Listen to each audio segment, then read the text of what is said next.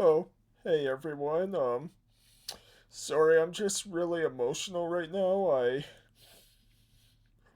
I just beat another JRPG and now I have to find something else to play. It's so sad.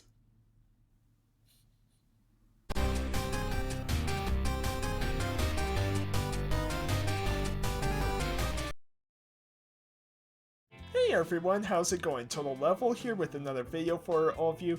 This time looking at 6 modern JRPGs that got me emotional. So when I say modern, I'm going to talk about kind of PS4, PS5, Xbox One series consoles, and the Switch. Though the games I have are all for PS4, PS5, or Switch.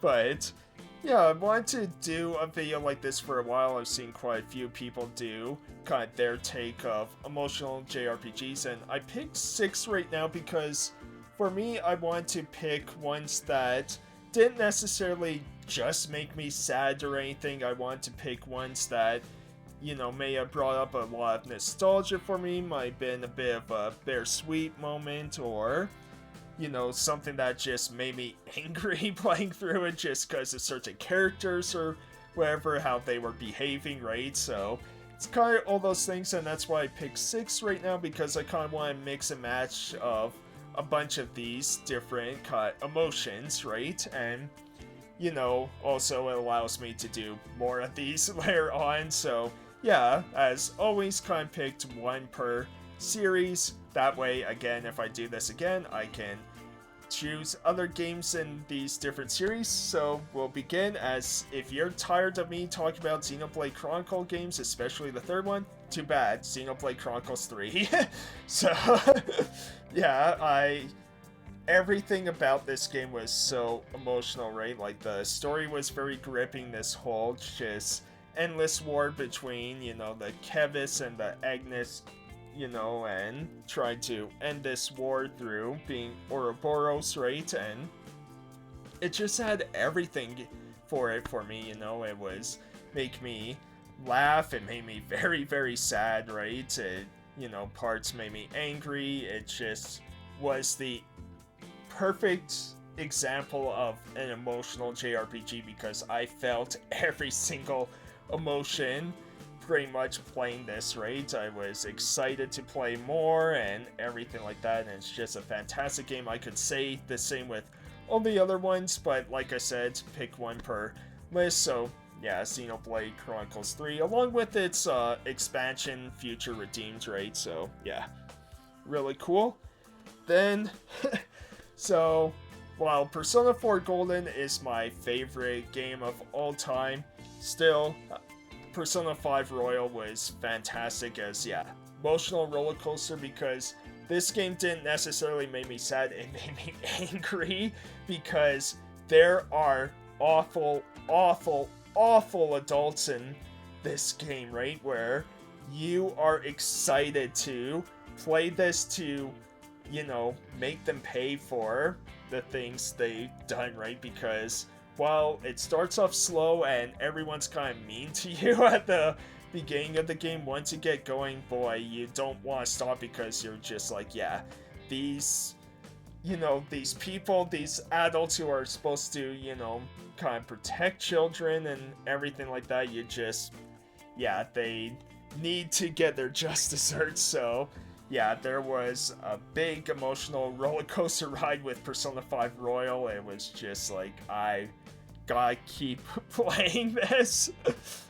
And then next up is one that's a bit different of an emotional roller coaster.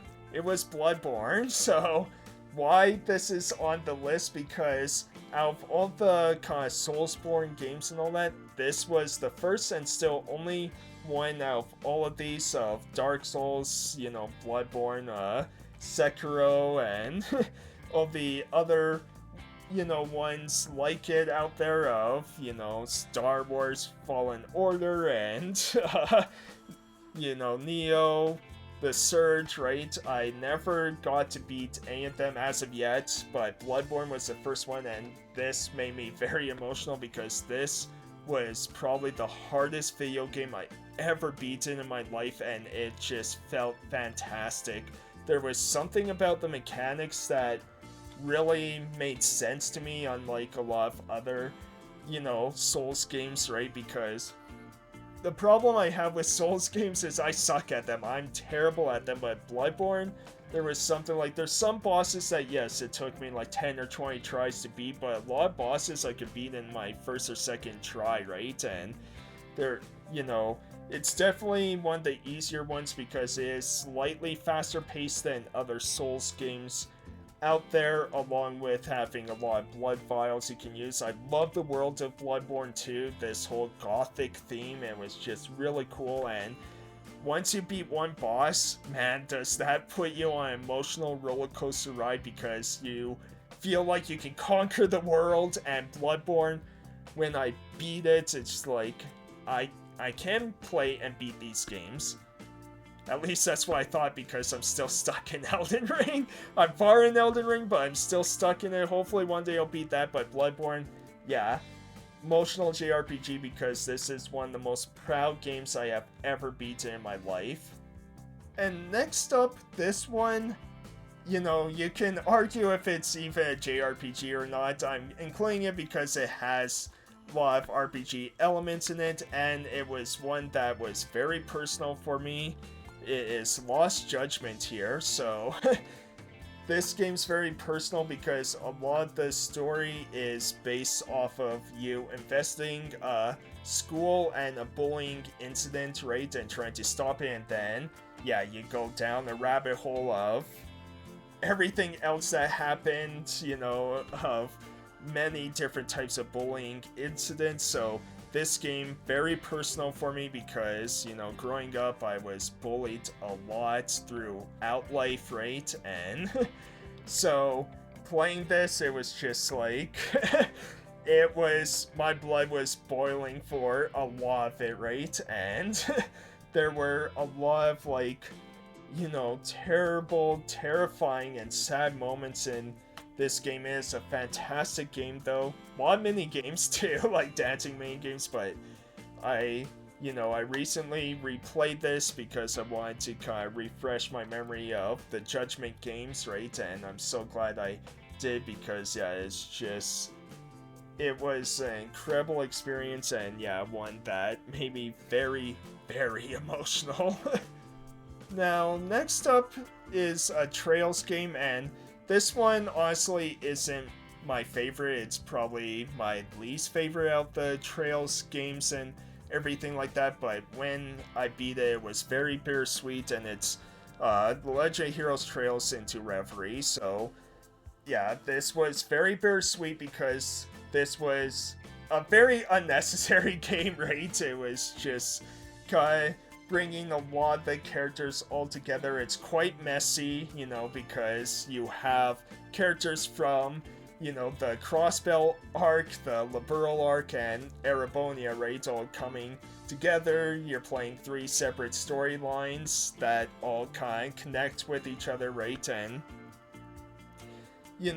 but what makes it so bittersweet is, I spent well over 1,000 hours altogether on the 3, Sky games, the 2 Crossbell games, and then the 4 Cold Steel ones, right? And then you have this one that kind of ends it, and yes, we got new Trails with Trails Through Daybreak, new story, but that's what makes it bittersweet, and I got emotional when I beat it because it was just one of those big journeys that I didn't think would kind of end, right? And again, it didn't really, but yeah, you know what I mean. It's just one of those things that it's like, oh man, it was it was tough to have it end, and having to move on to other series and everything like that. But yeah, I was definitely emotional when I beat Trails into Reverie.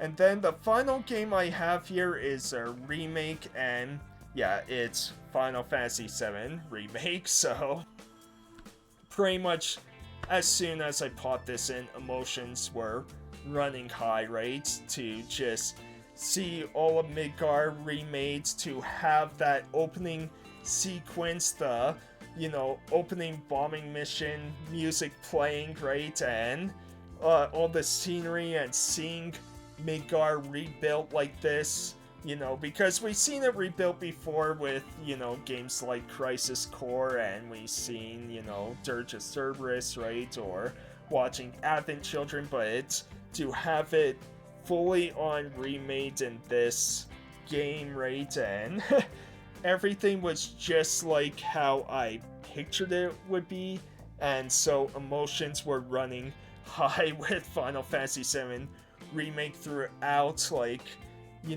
nostalgia. It's like I got goosebumps the second I started this game, and then playing it, and the combat was just incredible to me. And I'm more of a turn-based RPG guy, but man, this game just really, it's one of the best action JRPGs I've ever played. And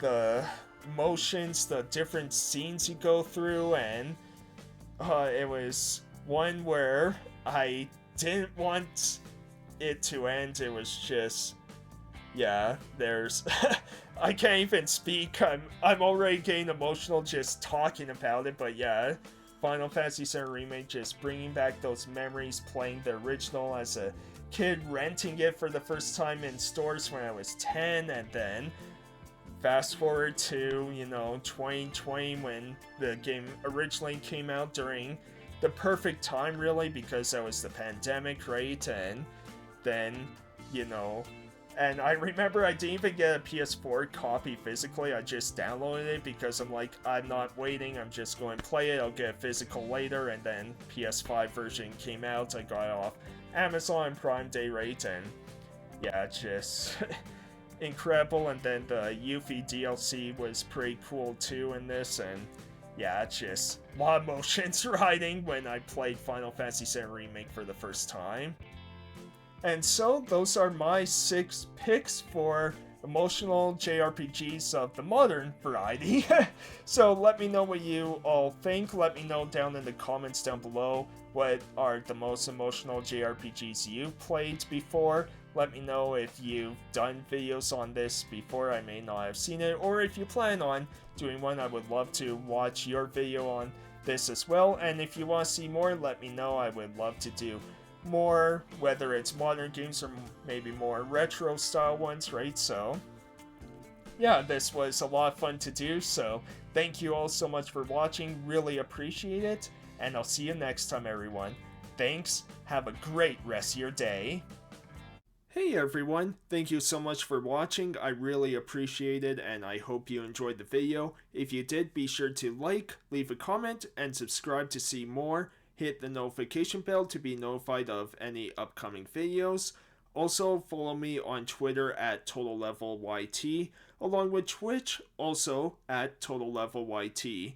Or maybe you only stayed for any skits I put in my video. In that case, please stay anyways. I'm so lonely. Alright, take care and have a great rest of your day, everyone.